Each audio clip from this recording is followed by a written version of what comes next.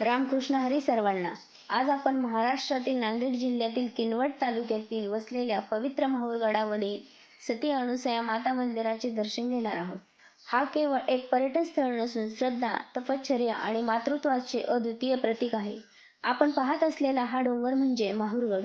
चारही बाजूंनी हिरवागार निसर्ग, डोंगर रांगा आणि शांत वातावरण यामुळे येथे आल्यावर मन प्रसन्न होते. या पवित्र भूमीला शक्तिपीठांपैकी एक मानले जाते. येथे दरवर्षी हजारो भाविक दर्शनासाठी येतात. आता आपण मंदिराकडे जाणाऱ्या पायऱ्या आणि घाट रस्ता पाहत आहोत. या मार्गावर चालताना भक्त जय माता अनुसया, जय दत्तगुरु असा जयघोष करत पुढे जातात. प्रत्येक पाऊल भक्ती आणि श्रद्धेने भरलेला असतो. माता अनुसया या महर्षी अत्रि यांच्या पत्नी होत्या. भारतीय संस्कृतीत त्यांना पतिव्रतेचे सर्वोच्च उदाहरण मानले जाते. त्यांच्या तपश्चर्येची कीर्ती संपूर्ण त्रैलोक्यात पसरली होती. पुराणांमध्ये एक प्रसिद्ध कथा सांगितली जाते.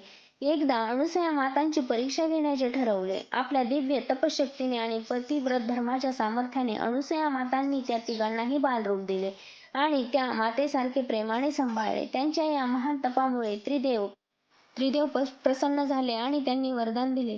त्यानंतर त्रिदेवांच्या अंशातून त्यांचा अवतार निर्माण झाला. म्हणून माहूर हे दत्त संप्रदायातील अत्यंत पवित्र स्थान मानले जाते. आता आपण मंदिराच्या मुख्य प्रवेशद्वाराजवळ पोहोचलो आहोत. मंदिराची साधी पण आकर्षक शांत रचना, वातावरण, भक्तिमय परिसर मनाला वेगळाच आनंद देतो. मंदिरात प्रवेश करताच घंटानाद, मंत्रोच्चार, भक्तांची प्रार्थना ऐकू येते. मंदिरातील माता अनुसया यांच्या मूर्तीचे दर्शन घेताना प्रत्येक भक्ताच्या मनात शांतता आणि समाधान निर्माण होते. भाविक आपल्या कुटुंबाच्या सुख समृद्धीसाठी, आरोग्यासाठी आणि मनोकामना पूर्ण होण्यासाठी येथे प्रार्थना करतात. माहूरमध्ये माता अनुसया मंदिरासोबतच दत्तात्रय मंदिर, रेणुका माता मंदिर आणि इतर अनेक धार्मिक स्थळेही आहेत. त्यामुळे एका यात्रेत अनेक पवित्र स्थळांचे दर्शन घेण्याचे भाग्य भाविकांना लाभते. नवरात्र, दत्त जयंती आणि इतर धार्मिक उत्सवांच्या काळात येथे मोठी यात्रा भरते. महाराष्ट्रासह देशभरातून हजारो भक्त येथे येऊन दर्शन घेतात. संपूर्ण परिसर भक्तिरसाने भारलेला असतो.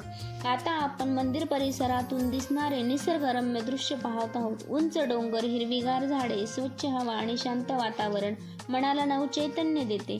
त्यामुळे येथे आलेला प्रत्येक भक्त आध्यात्मिक समाधानाचा अनुभव घेतात. आता आपण पाहत आहोत ते अत्यंत पवित्र आणि भाविकांच्या श्रद्धेचे स्थान. येथे जपून ठेवलेली ही जुनी भांडी आणि चूल परंपरेनुसार सती अनुसया मातांशी संबंधित असल्याचे मानले जाते. भाविकांच्या श्रद्धेनुसार याच ठिकाणी माता अनुसया यांनी आपल्या आश्रमातील दैनंदिन कार्य केले. ऋषी मुनी आणि अतिथींचे आदरातिथ्य केले आणि सेवाभावाचे महान अवधारण घालून दिले हे दाखवले त्यांनी. चूल केवळ स्वयंपाक करण्याचे साधन नसून भारतीय संस्कृतीची अन्नपूर्णा, सेवा, त्याग आणि मातृत्वाचे प्रतीक मानले जाते. ही जुनी भांडी चूल पाहताना त्या काळातील साधी, सात्विक आणि ऋषी मुनींची जीवनशैली आपल्या डोळ्यासमोर उभी राहते. आजही येथे येणारे भाविक या पवित्र स्थळाचे दर्शन घेऊन माता अनुसया यांच्या त्याग, तपश्चर्या आणि सेवाभावाला विनम्र अभिवादन करतात. या पवित्र स्मृती प्रत्येक भक्ताला प्रेम, संयम आणि धर्माचरणाचा संदेश देतात. तुम्ही बघू शकतात किती मोठी मोठी भांडी आहेत. एका व्यक्तीला उचलणे सहज शक्य नाही. खूप मोठी मोठी भांडे तिथं प्रथमतः बघायला मिळाली आणि चूल पण तिथे खूप मोठी होती. तर चला आपण सर्वजण मनोभावे प्रार्थना करूया. हे माता अनुसया, आमच्या जीवनात सुख, शांती, आरोग्य, समृद्धी प्रदान करा. आमच्यावर तुमची कृपादृष्टी सदैव राहू दे. जय माता अनुसया, जय दत्तगुरु, जय रेणुका माता. हा व्हिडिओ आवडला असेल तर लाईक करा, आपल्या मित्रपरिवारांसोबत शेअर करा आणि अशाच धार्मिक व आध्यात्मिक व्हिडिओसाठी भार्गवी सप्तरंग चॅनलला नक्की सबस्क्राईब करा.